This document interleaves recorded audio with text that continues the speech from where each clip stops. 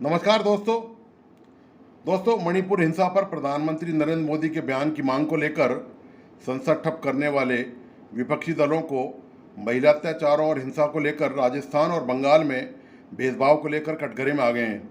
महिला अत्याचारों को लेकर राजस्थान फिर से सुर्खियों में आ गया है। अलवर जिले में 2 सामूहिक बलात्कार की घटनाओं ने राज्य की अशोक गहलोत सरकार की मुश्किलें और बढ़ा दी हैं।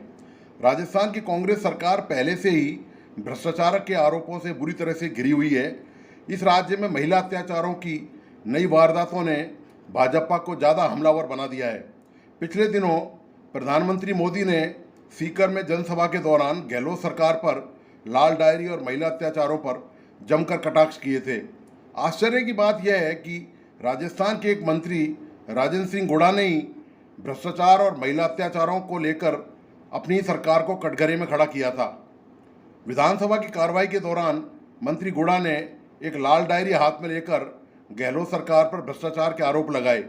गहलोत सरकार ने इस मामले की जांच कराने के बजाय गुड़ा को मंत्री पद से बर्खास्त कर बाहर का रास्ता दिखा दिया।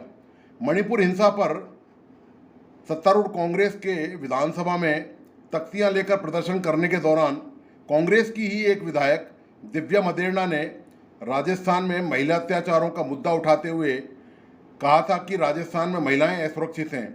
हालांकि कांग्रेस इतना दुस्साहस नहीं कर सकी कि अपनी सरकार का सदन में विरोध करने वाले मंत्री गुड़ा की तरह दिव्या मदेरणा के खिलाफ कोई कार्रवाई कर सके। गौरतलब है कि राजस्थान में देश भर में दुष्कर्म के मामलों में पहले स्थान पर है। यहाँ 10 साल से कम उम्र की बच्चियों के साथ दुष्कर्म के 2.79% केस बढ़े हैं।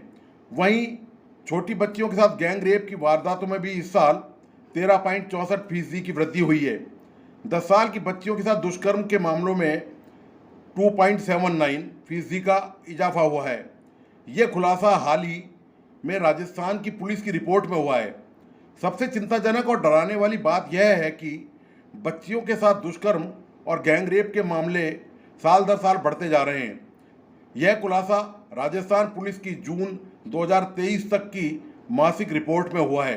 राजस्थान की तरह विपक्षी दल बंगाल में महिला अत्याचारों पर मौन साधे हुए हैं। भाजपा सांसद लॉकेट चटर्जी यह कहते हुए रो पड़ी थी कि क्या इन राज्यों में महिलाओं के खिलाफ अत्याचारों पर तभी ध्यान दिया जाएगा जब ऐसी घटनाओं को रिकॉर्ड करने वाले वायरल वीडियो होंगे। सुश्री चटर्जी ने दावा किया कि 3000 से अधिक महिलाएं राहत शिविरों में हैं। पश्चिम बंगाल में चुनाव के दौरान और उसके बाद हिंसा में 57 से अधिक लोग मारे गए थे। पश्चिम बंगाल के मालदा जिले में लोगों के एक समूह ने 2 आदिवासी महिलाओं को निर्वस्त्र किया और उनके साथ मारपीट की। इस मामले में मालदा पुलिस ने 3 महिला सहित 5 लोगों को गिरफ्तार किया था। बीजेपी ने आरोप लगाया कि बंगाल में कुछ दिनों पहले 2 आदिवासी महिलाओं को निर्वस्त्र कर यात्रा देने के दौरान पुलिस मूक दर्शक बनी रही।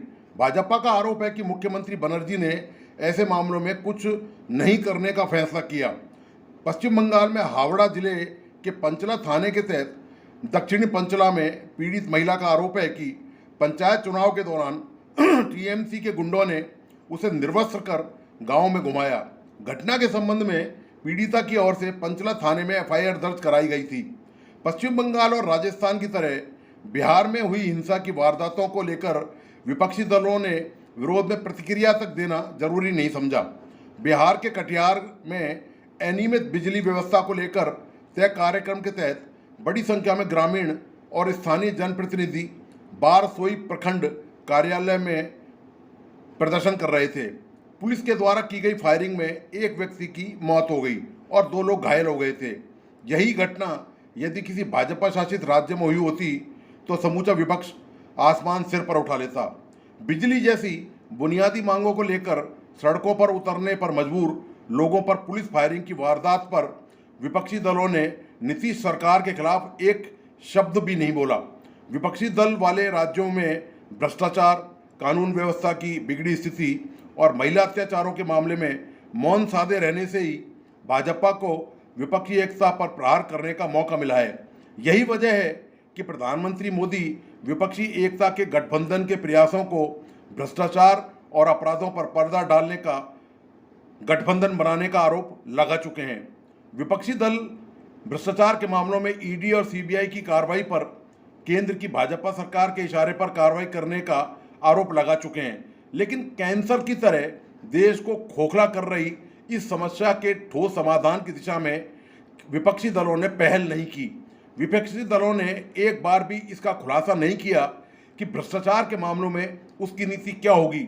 इसके विपरीत विपक्षी दलों का पूरा जोर केंद्र की भाजपा सरकार के खिलाफ गठबंधन तैयार करने का रहा है, जिसका एकमात्र उद्देश्य लोकसभा चुनाव में भाजपा के खिलाफ संयुक्त उम्मीदवार खड़ा करना है, ताकि वोटों का ध्रुवीकरण रोका जा सके।